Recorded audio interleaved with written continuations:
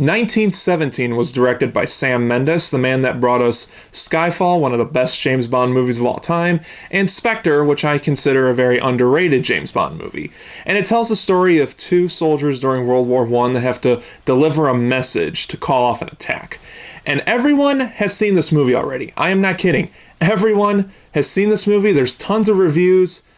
It got a limited release, and now I'm finally seeing this movie. I'm finally reviewing it. So I couldn't count it for my 2019 videos because technically for me it's a 2020 movie. Nevertheless, I was still really excited and curious about this movie. The trailers made it look so awesome and epic, and with all the reviews it got, it's been really starting to get me more excited about it. I just wish I would have seen it last month instead of waiting until January, but it doesn't matter. I've seen it. Let's review it. So this movie tells a story about two soldiers in the middle of World War I that have to deliver a message to call off the next morning's attack because, as I said in the trailer, they're falling into a trap. And this movie did a very good job going through that plot. You know, they have to go through different obstacles, trenches, underground tunnels, and stuff like that. It was really cool to see.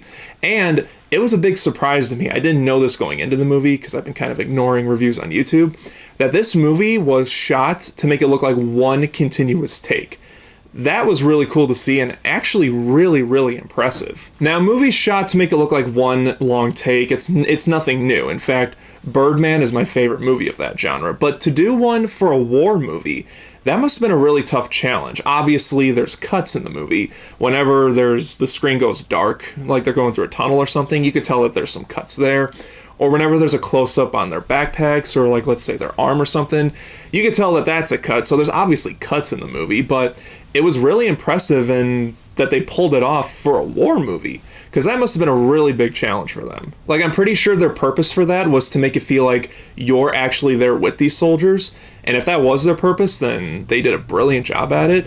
If that wasn't their purpose, then I don't know, that's what I got out of it. It made me feel like I was actually there, so when like the explosions went off or there was gunshots, you really felt it. You really felt like you were actually there and that you were a part of this danger that they were going through. Now, there's a lot of characters in this movie, so I'm not going to go through all of them. I'm mainly going to go through the two soldiers that have to deliver this message. I thought they did a brilliant job. You know, they really felt like they were in a war. You know, their performances were very strong. Sam Mendes works really good with actors. You know, he really makes them feel natural in their roles. You know, nothing really sticks out with them. And I'm not familiar with these two. I could be wrong. I probably have seen them in other stuff, but when their names came up, it's like I recognize the names, but I don't remember them from anything. But those two really sold their performances, as well as the other men that played the soldiers throughout the movie. Also, Benedict Cumberbatch is in the movie, and I'm not going to say what role he plays, just in case you don't know. His role is very small in the movie. He doesn't play a very big role, but again, he does a great job with what he's given. And to my surprise, Richard Madden is in the movie towards the end. I'm not going to say who he plays, but both of them are actors that I definitely recognize and sold their performances immensely. The acting in this movie is phenomenal. Now for my pros, I can't praise this movie enough for how great the movie looks and for how impressive it is that they were able to do this to make it look like one continuous take. But the cinematography looks very similar to Skyfall. A lot of the colors in Skyfall look very similar to this movie, especially a nighttime shot with a lot of fires going on. You know, that reminded me of the climax of Skyfall. So I can tell that this is a Sam Mendes movie. And Roger Deakins, brilliant man behind the camera.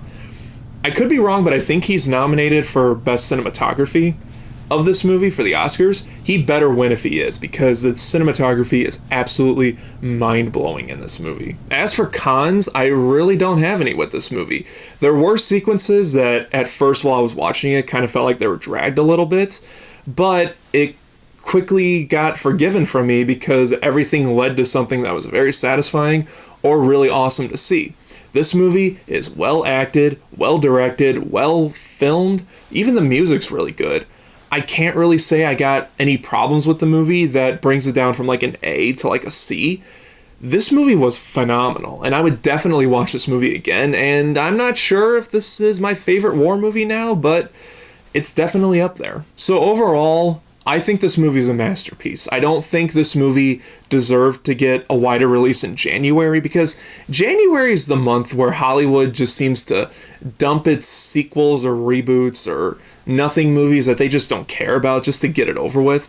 I don't think this movie deserves that. I think this movie should have gotten a limited release in November of last year, but then get a wider release in December, because that's where I feel like this movie should have been. Like, it's fine that it got a limited release in December, you know, because it's qualified for the Oscars now. But I think it should have been a wider release in December, because this movie is phenomenal. I loved it. I can't praise this movie enough, and I can't recommend it enough for you guys. 1917 is Oscar worthy, and it's nominated for the Oscars, so hopefully it'll win a couple of awards, because it really deserves it. I can't recommend this movie enough for you guys, even if you're not war movies. I would recommend this movie for just the experience of seeing one movie going from one point to another in one long continuous take. Amazing acting, amazing music. It's well worth your time, guys. So if you've guys seen 1917, which I would assume most of you, if not all of you, have seen it by now, because like I said, everyone has seen this movie, but whatever your thoughts on it is, let me know in the comment section. And as always, thank you so much for watching. I'm hoping to do a review for Bad Boys for Life and Doolittle, so look forward to those reviews pretty soon.